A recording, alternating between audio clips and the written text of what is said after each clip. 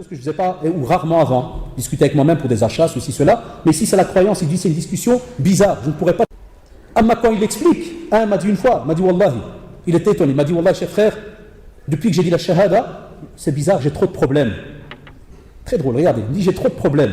Je dis pourquoi? Comment ça? Il m'a dit parce que depuis que j'ai dit la shahada, avant de la dire, j'étais à l'aise, je ne pensais pas à grand chose. Je vivais tranquille, mes projets, ceci, cela. Mais maintenant, depuis que je l'ai dit, il y a ce fameux être là que vous me disiez, Satan, Satan, Satan. Maintenant, je comprends c'est qui. Parce qu'au début, je ne voyais pas de différence. Halal ou haram, je faisais les choses. Il n'y avait pas de halal ou de haram. Pas spécialement d'interdit. Tandis que maintenant, il me dit, je suis au courant. C'est drôle, il y a une bagarre qui se fait à l'intérieur. Bien voilà. Ça prouve qu'on commence déjà. Spécialement même certains qui reviennent à la pratique. Ils nous le disent. Et avant, quand j'étais dans le haram, il n'y avait rien. Dès que j'ai tout repris, j'ai shahad, j'ai repris kada parce que j'avais tout lâché, et tu dis subhanallah, je sens à l'intérieur des fois des petites angoisses, des discussions bizarres dans ma tête. Alors il y en a qui commencent à dire alors je pense que je deviens fou. Non. C'est là que je dis sa'adatek, c'est bien, sois heureux. La bataille commence. C'est comme celle qui tombe enceinte. Une fois que la personne tombe enceinte, subhanallah, à l'intérieur on te dit dans le ventre, toute une société, une fabrique se met en marche. Ben, la shahada c'est la même chose. Toute une fabrique va se mettre en marche. C'est pourquoi? Parce que les membres là qui faisaient n'importe quoi quand ils voulaient, comme ils voulaient, maintenant ils sont rattachés à la ilaha illallah, ils ne pourront pas aller où ils veulent. Le cœur qui frétillait pour n'importe quoi, il ne peut plus le faire maintenant. Parce qu'il va devoir frétiller pour ce qui est halal, il ne peut plus frétiller pour ce qui est haram.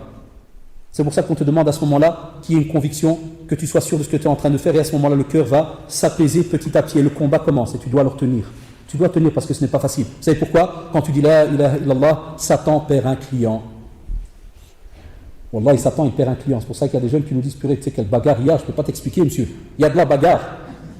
Wallah, il je dis, comment il y a de la bagarre? Il dit, entre moi et ma tête. Il dit, je suis assis et je commence, non, c'est haram, Satan. Il dit, ah, sahabi, ah, sahabi, ah, sahabi. Tu n'as pas fait une prière, on va en parler après. Et il y a combien d'habitants sur Terre, il y a les frères? Combien? 6 milliards. Sans calculer tous les petits millions qui restent. Il te dit, ouais, sur les 6 milliards. Moi, je peux te jurer qu'il y a 5 milliards, 5 millions, 999 000 qui ne prient pas. Toi, tu n'en as pas fait une. Tu vas mourir. C'est la fin du monde. Et lui-même, il te dit des fois, ouais, na'ad shaitan.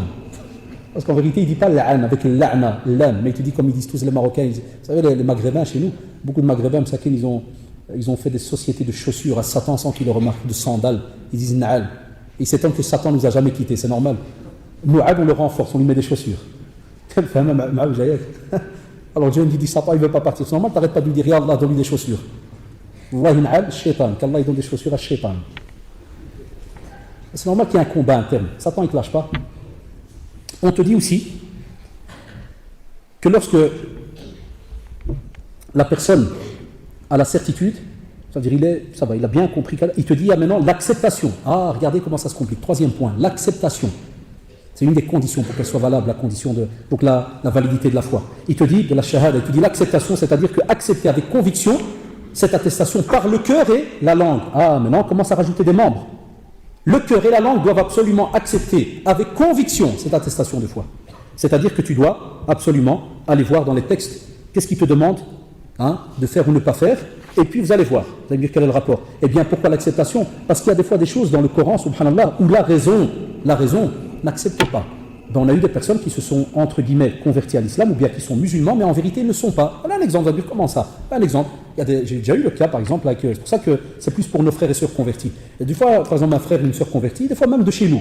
Mais moi, je travaille plus de ce côté-là, entre guillemets, pour cette conférence. Et certains, alors, ils me disent, par exemple, monsieur, oui, dans le bureau, j'accepte tout. Ah, la ilallah, donc il y a un seul Dieu, là, le prophète. Et dans une discussion, je lui dis, voilà, mais attention, cela implique aussi qu'Allah subhanahu wa ta'ala a créé le monde des djinns et le monde des anges. Comment ça?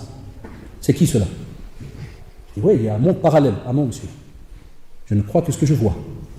Et j'ai déjà fait toute une démarche. Il est sincère. Et il y en a parmi nous qui le pensent. Il est sincère. Et qui dit, voilà, je ne crois que ce que je vois. Donc moi, j'ai fait toute une démarche. J'ai accepté la présence d'Allah, subhanahu wa ta'ala, par rapport à ce que j'ai vu autour de moi, la création, Kada et autres. D'accord, mais non. Les anges, Kada, ceci, cela. Eh bien voilà. Ils sont étonnés des fois quand on dit, cher frère ou chère sœur, alors c'est pas bon. Ton attestation, elle est annulée. Comment ça? Non. L'acceptation fait que tu dois tout accepter. Même ce que des fois ta raison, entre guillemets, rejette. Et la preuve, ça s'est passé au temps du prophète, sallallahu alayhi wa sallam, avec une drôle d'histoire qui était, machallah, un cadeau immense pour le prophète, sallallahu alayhi wa sallam. On va en parler aussi plus tard pour un